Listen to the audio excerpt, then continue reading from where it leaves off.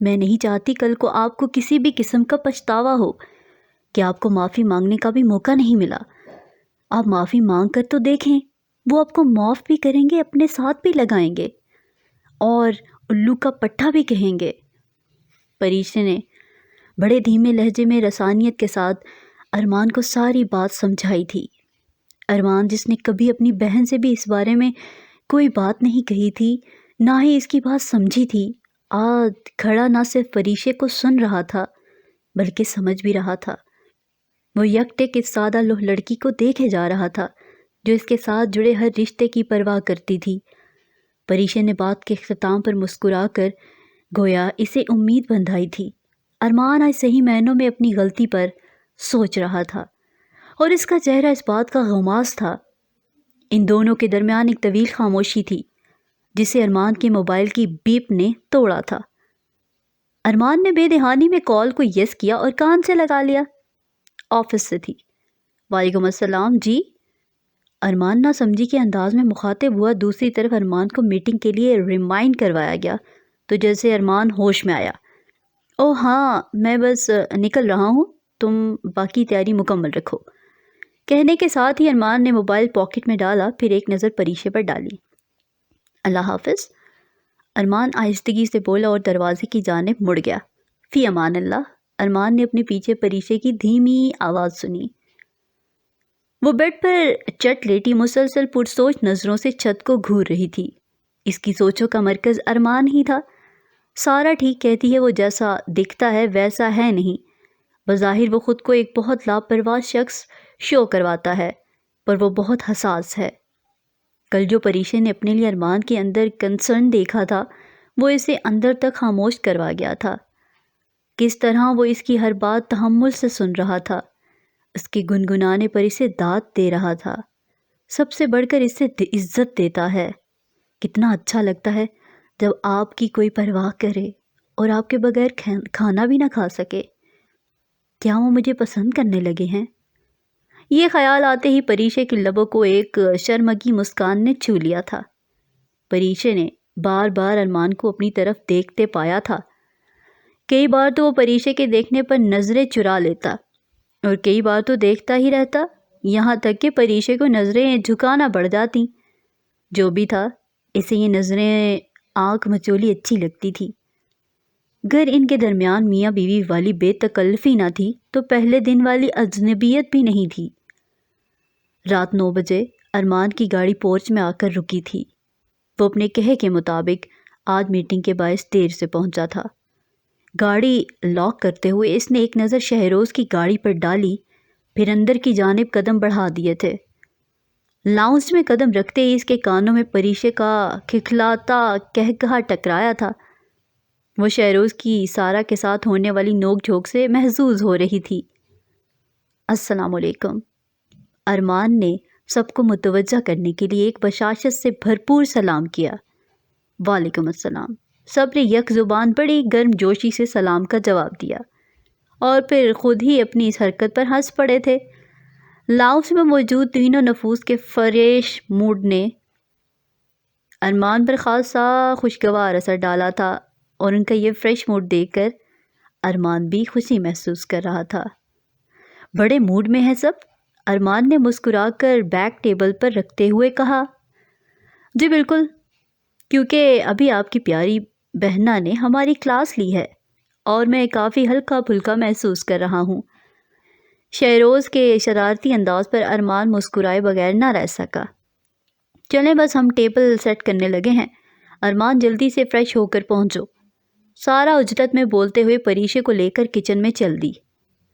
تھوڑی ہی دیر میں ارمان تازہ دم ہو کر ڈائننگ ٹیبل پر پہنچا تو انواع و اقسام کی ڈشز ٹیبل پر سجی ہوئی تھیں، جسے دیکھ کر ارمان حیرت کا اظہار کیے بنا نہ رہ سکا۔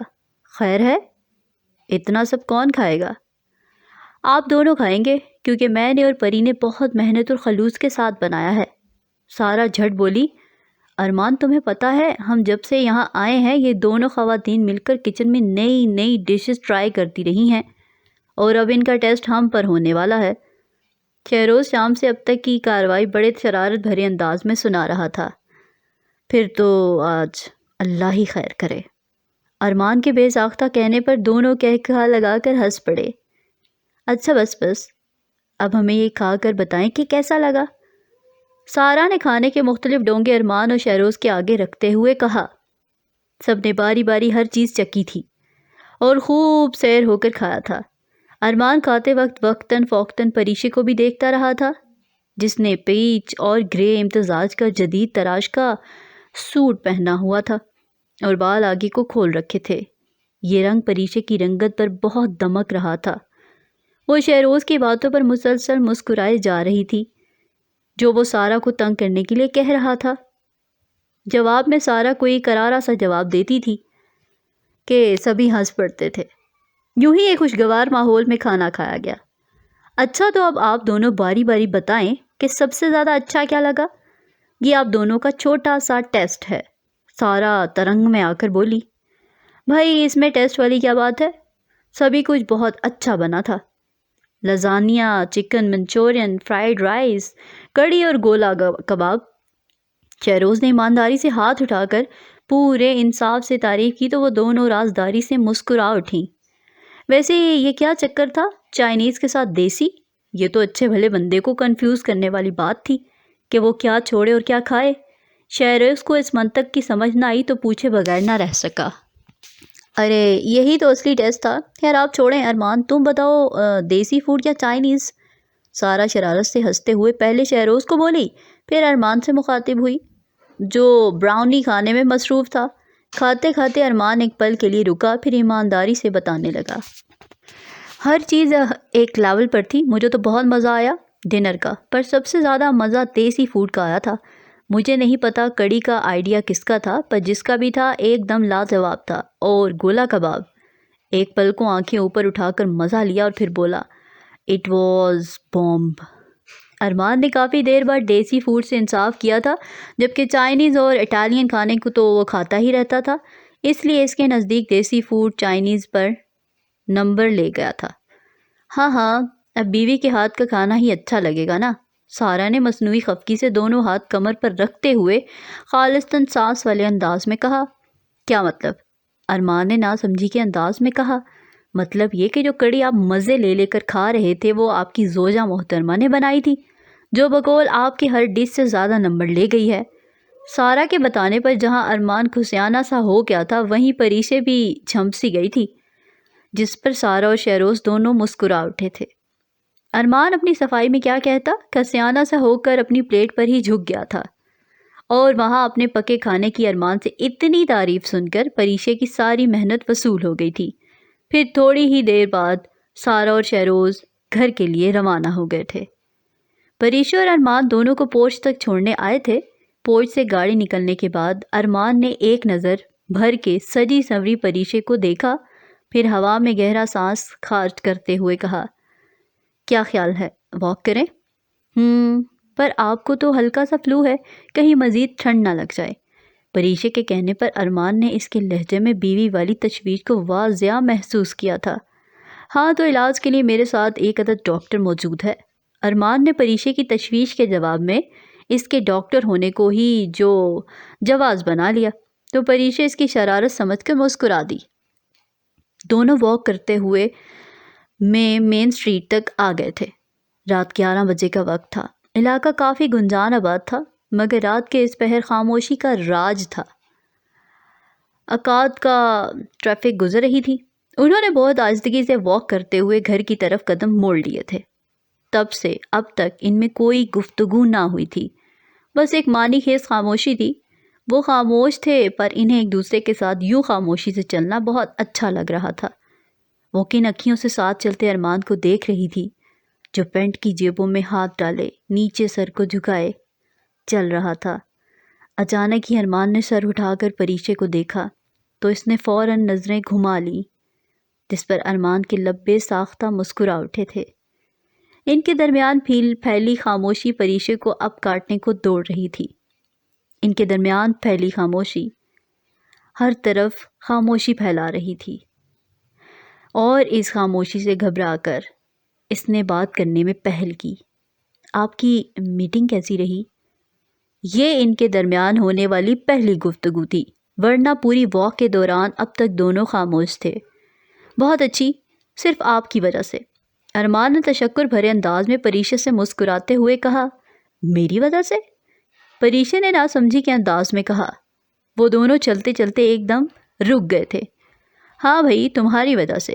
تم نے جس طرح مجھ سے دادا صاحب اور میرے متعلق کلیئر کٹ بات کی، جو خدشات سامنے رکھے، جس طرح سے مجھے مثبت امید دلائی، میں سوچنے پر مجبور ہو گیا تھا۔ دراصل میں نے شرمندگی کی وجہ سے اس بارے میں سوچنا چھوڑ دیا تھا۔ اپنے رشتے کو وقت اور حالات پر چھوڑ کر میں اپنا بہت بڑا نقصان کرنا چلا تھا۔ آفس جاتے ہوئے سارے راستے میں اس بارے میں سوچتا گیا اور پھر ایک فیصلہ کر کے پرسکون ہو گیا۔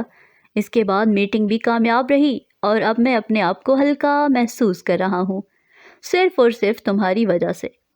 ارمان اچانک آپ سے تم پر آ گیا تھا۔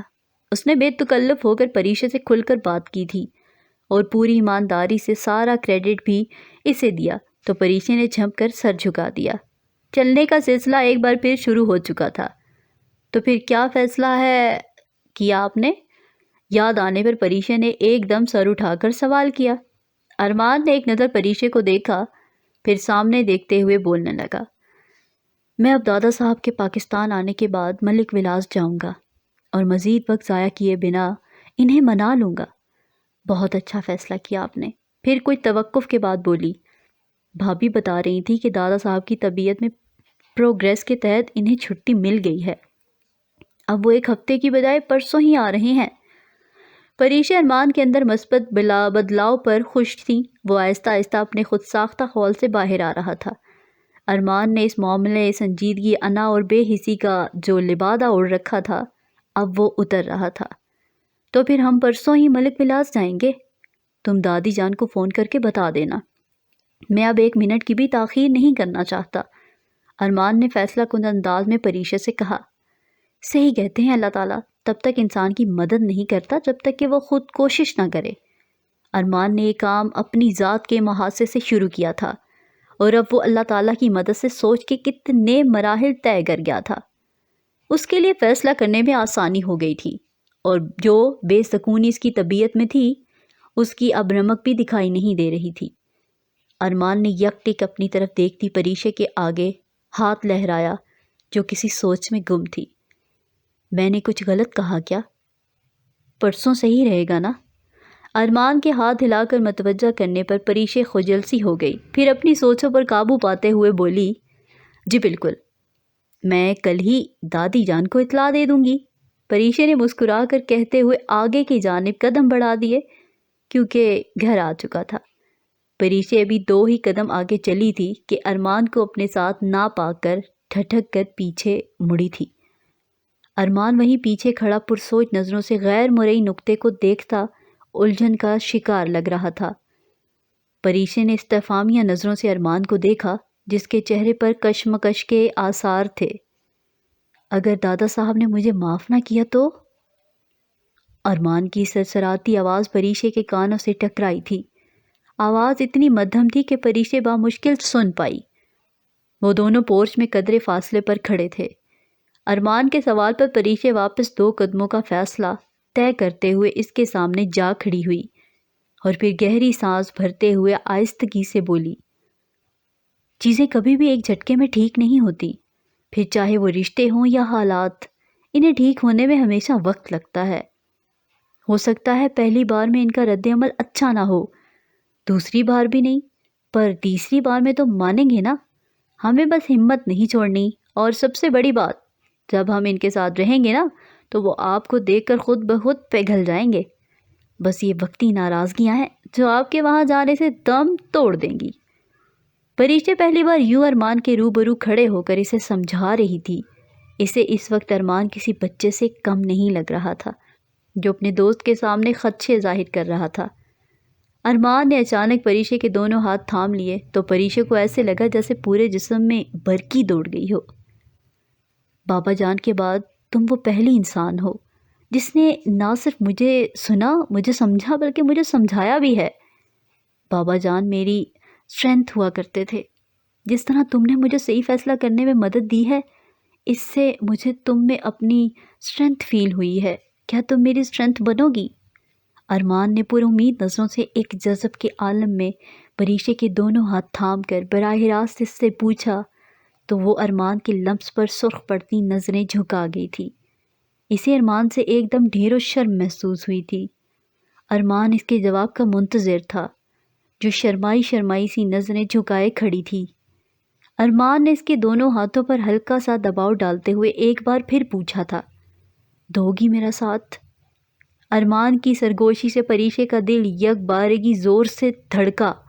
اس نے آہستگی سے نظریں اٹھائی تو ارمان کو اپنی طرف پر امید نظروں سے دیکھتا پایا۔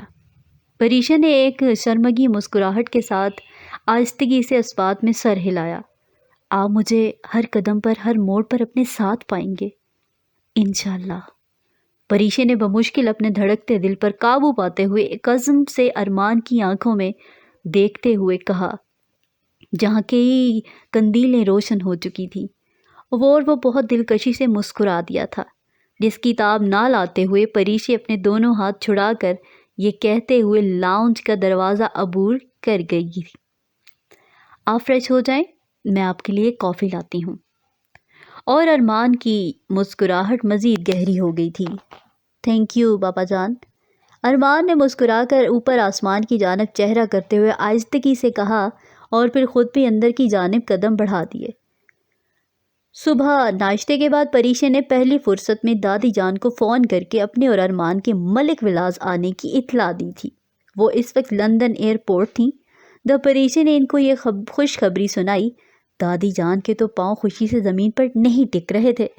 ان کو تو بس نہیں چل رہا تھا کہ وہ اسی وقت اڑ کے پاکستان پہنچ جائیں۔ دادی جان نے پریشے کو ڈھیروں دعاؤں سے نوازتے ہوئے فون رکھ دیا۔ دادی جان کے بعد پریشے نے سیدھا سارا کو فون کر کے اطلاع دی تھی، جو کہ دادا صاحب کی لندن واپسی پر ان سے ملنے ایک دن پہلے ہی ملک ولاس کے لیے نکل چکی تھی اور وہ اس وقت راستے میں تھی۔ پریشے، تم سچ کہہ رہی ہو نا؟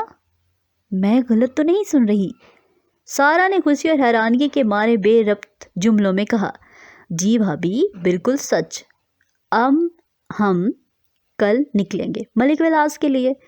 پریشا نے اپنی آمد کے بارے میں سارا بھابھی کو یقین دہانی کرائی تو وہ خوشی کے مارے رو پڑی۔ مجھے سمجھ نہیں آ رہا کیسے تمہارا شکریہ ادا کروں۔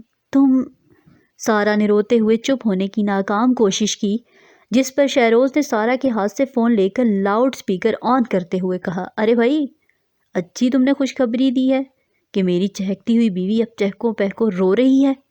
شہروز اس وقت ڈرائیو کر رہا تھا جب پریشے کی کال آئی۔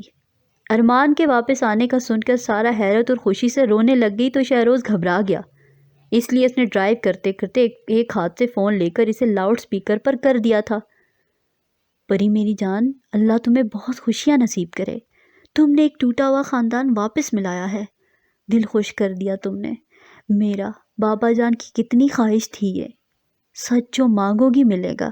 سارا نے ممنونیت بھرے انداز میں کہا، انعام میں زیادہ کچھ نہیں، بس ایک عدد بھتیجا یا بھتیجی دے دیں۔